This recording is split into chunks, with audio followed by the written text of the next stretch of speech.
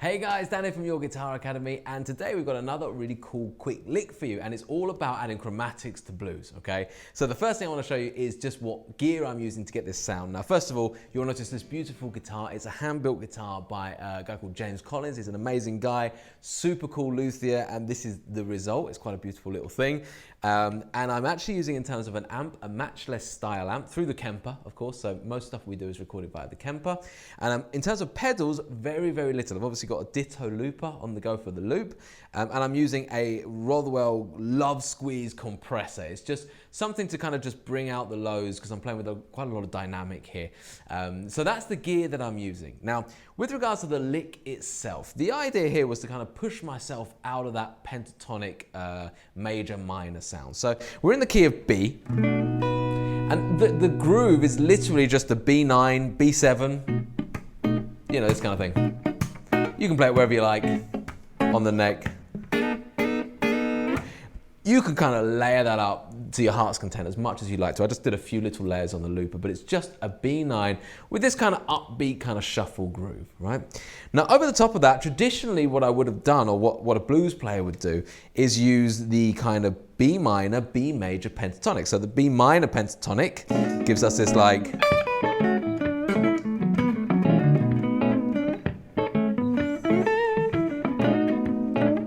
And then you'd use the B major, which would give you more of the kind of sweet.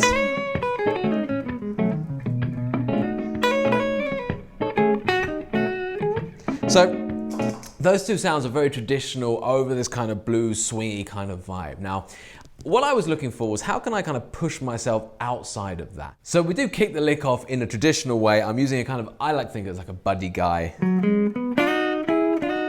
Just because I like him playing it a lot. And it's just literally walking through my major pentatonic in B, then highlighting that kind of major third, that triad, over there, hitting the fourth, and then back to the major third. So that introduces the kind of swing sound. Then what I'm doing is actually using a D sharp or E flat minor 7 flat 5. Now, this is a brilliant thing to use anytime you're looking to jazz up your blues, okay? It's essentially the minor 7 flat 5 chord, but if you add the B in the low end, boom, that spells out a B9 chord, okay? So you've got your B9, which can actually just straight away lose the B9 and just play a third up, a major third up, and you've got your minor 7 flat 5. And it allows me to use that arpeggio over the chord. So I'm just using an excerpt of that arpeggio. A little piece of that arpeggio, okay? So that's the next part of the lick. And then we're going to move into our chromaticism, okay? So we get through the arpeggio. Okay, I'm going to come right up here and then I'm going to start going down chromatically.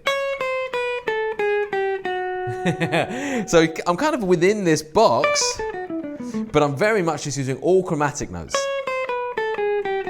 Okay, we'll talk about the bounce in a minute, but chromatically, suddenly, you know, I'm making something really jazzy sound. I've put that arpeggio in there, and now I'm using this chromatic lick. Super, super cool, super jazzy extension to the blues, but I'm still at the core of it, thinking very much around my blues shapes, right? So we've got this. Okay, so I literally work down chromatically,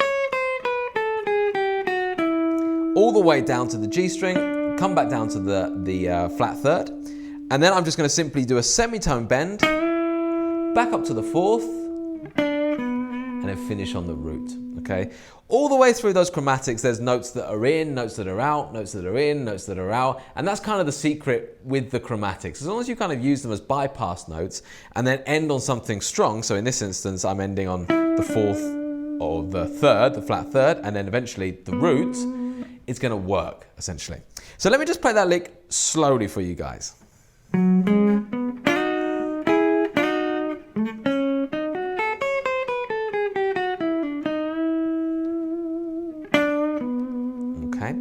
Now, the final thing I just want to talk about is that groove, okay? I'm really going for like a bounce here. You can hear it when I play that arpeggio.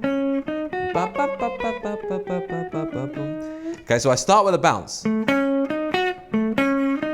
And then when I start to speed it up, I then just go into quite straight. Because I'm just doing a little bit of a faster sound there, okay? So I really approach this with that kind of cool bounce. So what I'm gonna do is I'm gonna put it with a little bit of a jam. So I'm just gonna get my looper back on and I'm gonna play the lick, but I'm also gonna play around the lick. So you can actually hear how it might sound if you were to put this into your own blues jamming. So apart from this lick, I'm just gonna do very straight ahead, minor, major, pentatonic over the beat. So let's give it a go. There's my loop. So I'll start with the lick. Okay, so we can just remember it. 1, 2, 3.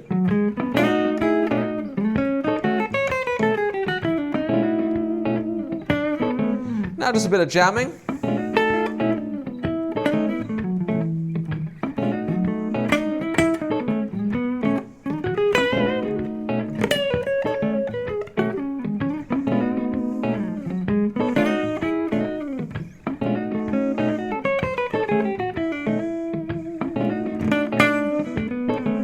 And you can use segments of it. For example, I just that first bit.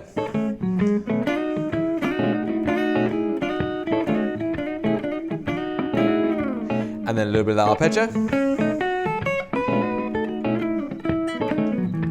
The chromatics. See, I'm just pulling it apart. And then I'll put it back together.